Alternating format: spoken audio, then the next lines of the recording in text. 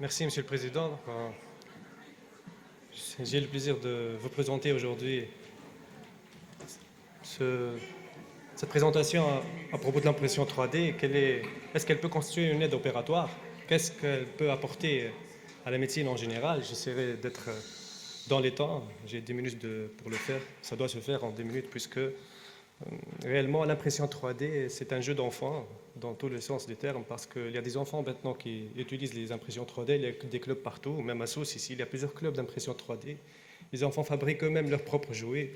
Pourquoi ne pas fabriquer nous-mêmes nos outils médicaux, ou s'entraîner à l'aide de l'impression 3D pour faire des gestes opératoires et se préparer? Donc, je suis ici en tant que représentant de vice-décanat d'éthique de la faculté de médecine de Sousse. Euh, je suis MMO. Et donc, pour parler de l'impression 3D, il faut rappeler que les premiers concepts ont été apparus dans les années 60 et que ça consiste à fabriquer de façon tridimensionnelle un objet. En industrie, c'est très utilisé. On appelle ça la fabrication additive. Et c'est aidé par des logiciels. Ce sont des logiciels donc d'assistance par ordinateur. Et c'est un principe donc qui comporte l'utilisation de plusieurs types d'imprimantes 3D, plusieurs types de matériaux bien sûr, et plusieurs techniques d'addition de couches successives pour former un objet en 3D. On utilise plusieurs matériaux aussi pour l'impression. Le plus utilisé, c'est les plastiques ou les résines, les polymères. Il y a plusieurs termes qu'on utilise pour fabriquer un objet 3D. On peut utiliser les métaux, les céramiques, le verre, le sable, et même des aliments. On peut fabriquer des produits consommables en 3D. Et actuellement, ce qui est en cours de développement, c'est l'impression à partir de la matière vivante, c'est-à-dire l'utilisation de cellules vivantes. C'est la bioimpression qui est en cours de développement. Et ça peut être utilisé dans plusieurs secteurs, l'aéronautique à titre d'exemple. Le bâtiment, on peut fabriquer maintenant des maisons en 24 heures. C'est l'exemple d'une maison qui est faite à Shanghai en 24 heures. Ça utilise des bras robotiques, donc c'est très rapide et beaucoup moins coûteux que, par exemple, la construction classique. C'est utilisé en militaire. Bon, c'est une technique qui aide à sauver des vies, mais aussi peut-être à ôter parfois des vies. Donc, c'est un procédé militaire beaucoup moins coûteux que d'habituel. Ce qui nous intéresse aujourd'hui, c'est la médecine et la recherche. C'est un procédé qui permet de fabriquer, par exemple, des images symétriques et identiques à des organes, par exemple une oreille, un rein, et ça attire l'attention de la recherche. Rien qu'hier, donc c'est une recherche récente, pour voir combien d'articles scientifiques parlent de l'impression 3D en médecine. Donc il y a à peu près 4200 articles dessus. Et si on ajoute le terme médecine comme terme de mèche, on va trouver plus que 360 articles qui parlent de l'impression 3D en médecine. En médecine, l'impression 3D a commencé dans le secteur médical par l'impression de la première vessie en 1999.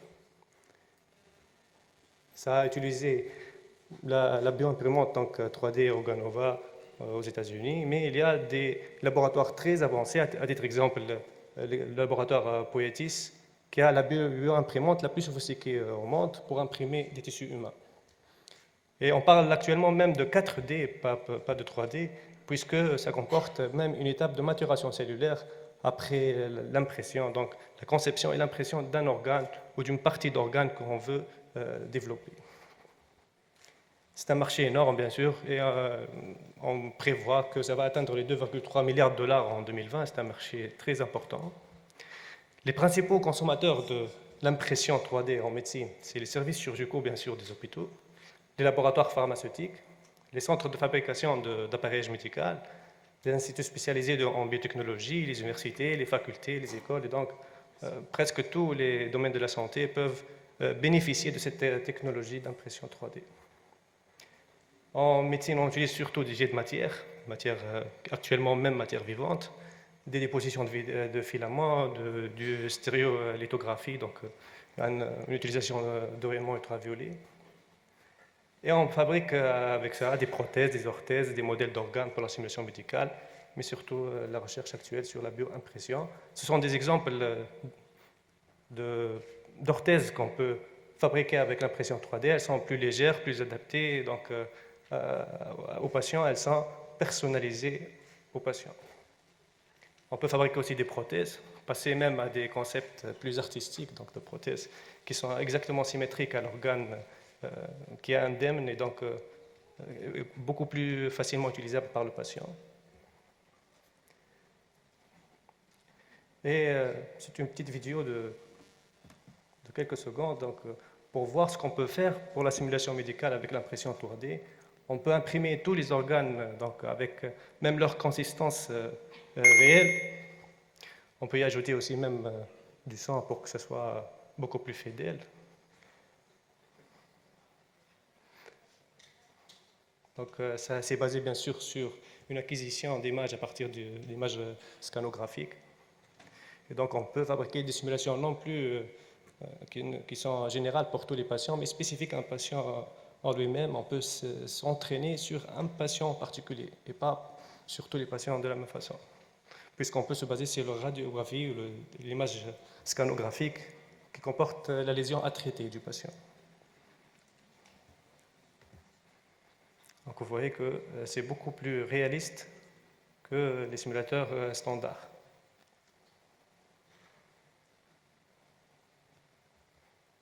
Donc, ce qu'on développe actuellement, c'est la bioimpression. C'est beaucoup plus compliqué. C'est l'impression couche par couche comportant des cellules vivantes. Et donc, c'est la déposition sur un gel de plusieurs dizaines de milliers de cellules. Et donc, pour leur donner une certaine forme, enfin, on les laisse, bien sûr, quelques semaines de maturation pour arriver à fabriquer une partie d'organes vivants. Cette technique de bioimpression, il y a plusieurs articles dessus qui sont arrivés à fabriquer du cartilage, de l'os, de la peau, mais c'est encore à développer pour des organes plus complexes ou pour des parties plus complexes d'organes. Donc les avantages, c'est passer directement du modèle numérique 3D au modèle bien sûr anatomique. C'est une très bonne précision, un gain important de temps, une réduction du coût, et ça permet de personnaliser les dispositifs médicaux. J'ai fait le choix de vous présenter certains exemples en gynéco-obstétrique. Dans cet exemple, c'est l'étude de Young qui est basée sur des images radiologiques d'un hématome du ligament large du postpartum. Et après acquisition, bien sûr, et modélisation par un logiciel, donc ça permet de visualiser et de segmenter en 3D la partie développée en modèle 3D. Puis le modèle va servir à deux objectifs principaux selon l'auteur. C'est d'expliquer au patient sa pathologie. Réellement, il va voir devant lui sa pathologie, sa lésion qu'il comporte, et d'expliquer à l'ensemble du staff médical comment planifier, comment s'exercer à faire la prise en charge thérapeutique de cette lésion en particulier. Un deuxième exemple, c'est pour la réparation périnéale, et donc à partir aussi d'images propres à un patient en particulier, on va fabriquer des moules, et à partir de ces moules, on va, avec de la silicone, fabriquer des modèles en silicone de la partie atteinte. C'est un exemple de plusieurs types de déchirures périnéales. Et lorsqu'on veut entraîner, bien sûr, les médecins à faire cette réparation périnéale, selon cette étude, ça a entraîné de meilleurs résultats que lorsqu'on s'entraîne sur, par exemple ici, une langue de bœuf, donc, sur laquelle on simule une lésion périnéale par rapport à l'utilisation d'un modèle en silicone. Donc, tous les participants à ce séminaire qui s'est passé au Canada ont décrit que le modèle en silicone est bien sûr meilleur et plus fidèle que le faire l'acte sur une langue de bœuf. Donc, en conclusion, c'est une technique qui permet de tout modéliser en 3D, tous les outils médicaux possibles, tous les actes possibles pour analyser la lésion, apprendre à la traiter, l'expliquer. Pour l'apprentissage aussi, c'est une simulation médicale qui est très personnalisée par rapport à un patient en particulier. Et l'avenir, ça sera sûrement la bioimpression, c'est la médecine sur mesure. On peut fabriquer un rein particulier pour un patient particulier ou fabriquer un organe à greffer à partir de la bioimpression. Et merci.